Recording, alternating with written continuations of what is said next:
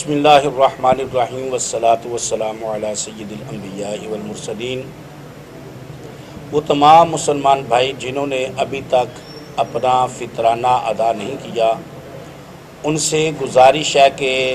وہ جلد از جلد اپنا فطرانہ ادا کریں۔ اللہ تبارک و تعالی نے رمضان المبارک میں یہ غرباء کا، مساکین کا، یتامہ کا حصہ ہمارے مال میں رکھا ہے، تو ہمیں چاہیے کہ ہم جلد از جلد اپنے اس فرض کو ادا کریں تاکہ غریب مسلمان بھی ہمارے ساتھ عید کی خوشیوں میں شامل ہو سکیں۔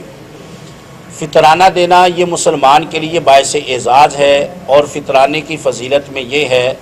کہ جو شخص اپنا فطرانہ ادا کر دیتا ہے، رمضان المبارک میں نماز روزے تراویح میں اگر کوئی غلطی ہو گئی، کوتاہی ہو گئی، تو فطرانہ ادا کرنے کی برکت سے اللہ تعالیٰ وہ غلطی اور کوتاہی معاف فرما دیتا ہے، اور اس کا اللہ تعالیٰ پورا اجر و ثواب عطا فرماتا ہے۔ یعنی وہ فطرانہ جو ہمیں اپنے لیے بوجھ نظر آتا ہے، وہ ہمارے لیے ایک بہت بڑا انعام ہے۔ ہماری عبادت کا نقص فطرانے کی برکت سے دور ہوتا ہے۔ ہماری عبادت کے اندر جو کمی رہ جاتی ہے، فطرانے کی برکت سے وہ کمی اللہ تبارک و تعالیٰ پوری فرما دیتا ہے۔ عبادات کے اندر جو کوتاہی واقع ہوتی ہے، اللہ تبارک و تعالیٰ فطرانے کی برکت سے اس کوتاہی کو دور فرما دیتا ہے، اور فطرانے کی برکت سے اللہ تعالیٰ عبادت کا مکمل اجر و ثواب عطا فرماتا ہے۔ اور وہ مسلمان جو صاحب حیثیت ہونے کے باوجود فطرانہ ادا نہ کرے، تو اللہ تبارک و تعالیٰ اس کی عبادات کو اپنی بارگاہ میں قبول نہیں فرماتا جب تک وہ فطرانہ ادا نہ کر دے۔ تو ہمیں چاہیے کہ یہ اپنا فرض بھی ہم بر وقت پورا کر دیں تاکہ ہمارے غریب مسلمان بھی ہمارے ساتھ عید کی خوشیوں میں شامل ہو سکیں۔ فطرانے کو کبھی بھی اپنے اوپر بوجھ نہیں سمجھنا چاہیے، یا فطرانہ دینے میں ہمیں کبھی بھی بخل نہیں کرنا چاہیے، بلکہ فطرانہ خوش دلی کے ساتھ اور بڑے دل کے ساتھ ادا کرنا چاہیے۔ جس طرح بڑی عید کے اوپر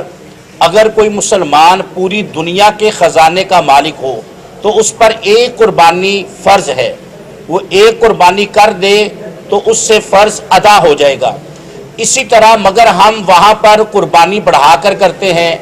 2 3 4 5 قربانیاں کرتے ہیں۔ جس طرح ہم عید کے اوپر قربانی بڑھا کر کرتے ہیں، اسی طرح عید الفطر کے اوپر ہم فطرانہ بھی بڑھا کر ادا کریں۔ جب اعلان ہوتا ہے کہ فطرانہ فی کا 100 روپیہ ہے،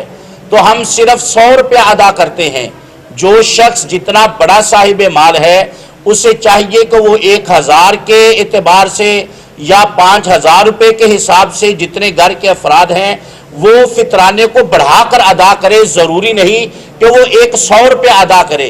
جس طرح قربانی میں ہم قربانی کو بڑھاتے ہیں، 3 4 5 قربانیاں کرتے ہیں، یہاں پر اسی طرح ہمیں فطرانے کی مقدار کو بھی بڑھانا چاہیے اور فطرانے کو مقدار بڑھا کر ادا کرنا چاہیے۔ قربانی بظاہر نظر آتی ہے،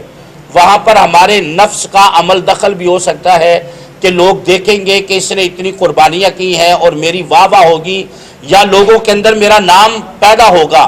قربانی میں ریاکاری واقع ہو سکتی ہے، مگر فطرانہ اگر چھپ کر ادا کر دے اور بڑھا کر ادا کر دے،